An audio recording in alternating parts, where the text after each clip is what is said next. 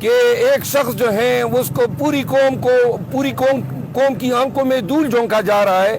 اس کو عین لایا گیا اس وقت جب پہلے مجھے نظر بند کیا گیا، پھر تمام فیلڈ برابر کی گئی،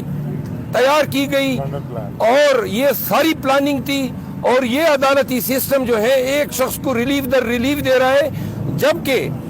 خیبر پختونخوا میں پشاور ہائی کورٹ کے فیصلے کے باوجود پی ٹی آئی کے ورکر پہ لاٹھیاں برسائی جا رہی ہیں، قیادت پہ پرچے ہو رہے ہیں، لوگوں کو جان جو ہے بچانے کے لیے پہاڑوں میں جانا پڑتا ہے۔ انہوں نے کہا کہ بچوں تک کو نہیں چھوڑا جا رہا ہے، انہوں نے کہا یہ عدالتیں نہیں دیکھ رہی ہے کہ پی ٹی آئی کے ساتھ، اور پھر اپنے مقدمات کے حوالے سے خصوصاً سپریم کورٹ میں ہمارے مقدمے نہیں لگ رہے ہیں، اور جس پہ انہوں نے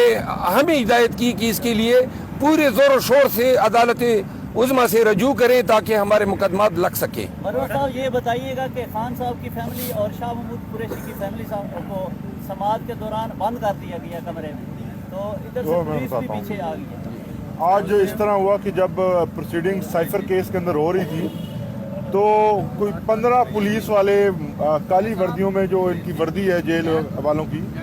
وہ جج صاحب کے پیچھے کھڑے ہو گئے اور ایک امپریشن یہ دیا کہ ہمیں سب کو وہ پریشر میں لانے کی کوشش کی گئی، جس پر ہم نے بھرپور احتجاج کیا۔ اس کے علاوہ جو فیملی ہے اس کے لیے کمپارٹمنٹ انہوں نے بنائے ہیں۔ میڈیا کو آج آپ کو رپورٹ ملی ہوگی کہ میڈیا کو شیشوں کے پیچھے بند کر دیا گیا جہاں آواز نہیں پہنچتی۔ خان صاحب نے بار بار میڈیا کے نمائندوں سے پوچھا، حالانکہ وہ 2-4 ہی تھے، آپ میں سے تمام لوگ جو ہیں وہ باہر موجود رہے،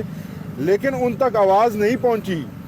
تو جس کے بعد ہم نے بار بار جب عدالت کے سامنے یہ سوال اٹھایا، اور انہوں نے بجائے اس کے کہ میڈیا کو آزاد کرتے اور انہیں ایکسیس دیتے کہ وہ آ کے پروسیڈنگ کا حصہ بن سکتے، انہوں نے فیملی کا جو راستہ تھا اس کو بھی بند کر دیا، جس کے بعد جو ہے وہ تمام پروسیڈنگ رک گئی، سب نے احتجاج کیا، اور بڑی دیر کے بعد جو ہے وہ ان کا باہر سے لاک کھولا گیا۔ تو اس قسم کے جو ٹیکٹکس ہیں وہ صرف اس لیے استعمال کیے جا رہے ہیں کہ ہمیں تنگ کیا جائے، پروسیڈنگز کے دوران تنگ کیا جائے، اور کسی بھی طرح سے خان صاحب کو ان تمام مقدمات کا پریشر دے کر ان کو اپنے ایجنڈا کے اوپر منوایا جائے، جو کہ ناممکن ہے۔ ایک اور بات میں آپ کو آگاہ کر دوں، ہماری شکاگو کی تنظیم نے اعلان کیا تھا کہ chief of army staff Chicago جا رہے تھے اور اس کی آمد پہ پروٹیسٹ ریکارڈ کیا جائے گا، جس پہ انہوں نے مجھ سے رجوع کیا،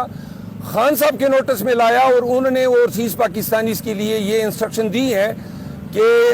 جب بھی کوئی اسی طرح کسی بھی آفیسر کا کوئی دورہ ہوگا، اس سے ملک کی بدنامی ہوگی، اور ایسے کسی قسم کے احتجاج سے پرہیز کریں۔ مروت صاحب، آپ پنجاب میں جا رہے ہیں، وہاں پر کنونشن وغیرہ بھی کرنے کے لیے جا رہے ہیں۔ پنجاب میں آلریڈی سچویشن آپ کے سامنے ہے، صنم جاوید ہو، خدیجہ شاہ ہو، دونوں اور کئی اور اس طرح کے سپورٹرز ہیں وہاں پر گرفتار ہیں، تو آپ کو نہیں لگتا کہ اس سارے تناظر کو دیکھ کر دوبارہ سے اس طرح کی گرفتاریاں بھی ہو سکتی ہیں، یا آپ نے کوئی قانونی رائے عمل اختیار کیا اس حوالے سے؟ جی، پنجاب میں ہم جا رہے ہیں، ہمیں چونکہ وکیل ہوں، مجھے تمام چیزوں کا علم ہے کہ وہ کیا کیا ہاتھ کنڈے استعمال کریں گے، اس کی ہمیں کوئی پرواہ نہیں ہے،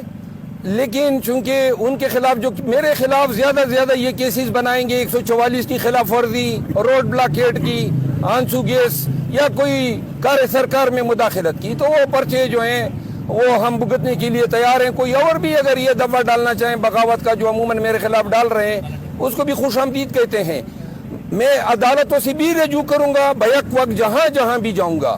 اور پاکستان تحریک انصاف کو ایک دفعہ پھر کہتے ہیں کہ ہماری یہ جو جد پرامن ہے، ہم کسی سے لڑنے نہیں جا رہے ہیں، اپنا پیغام پارٹی کا جو ہے وہ ورکرز کے ذریعے پاکستانیوں تک پہنچانا چاہتے ہیں۔ اس پہ کسی کو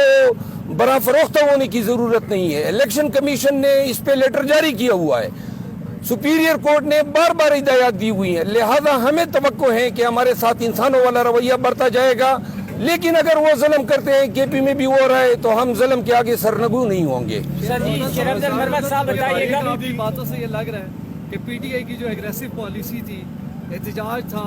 اس سے اب لوگ پیچھے آ رہے ہیں۔ ایون کہ اوورسیز پاکستانیوں کے لیے پیغام دیا گیا کہ وہ احتجاج نہ کریں۔ کیا آپ لوگ کسی ڈیل کی جانب بھی بڑھ رہے ہیں؟ ایک جانب ٹرائل چل رہا ہے۔ دیکھیں، اگر ڈیل کی باتیں ہوتی تو ہم پہ یہ فائرنگ نہ ہوتی جو اس دن میں گیا تھا اور باجوڑ میں پولیس نے مجھ پہ فائرنگ کی،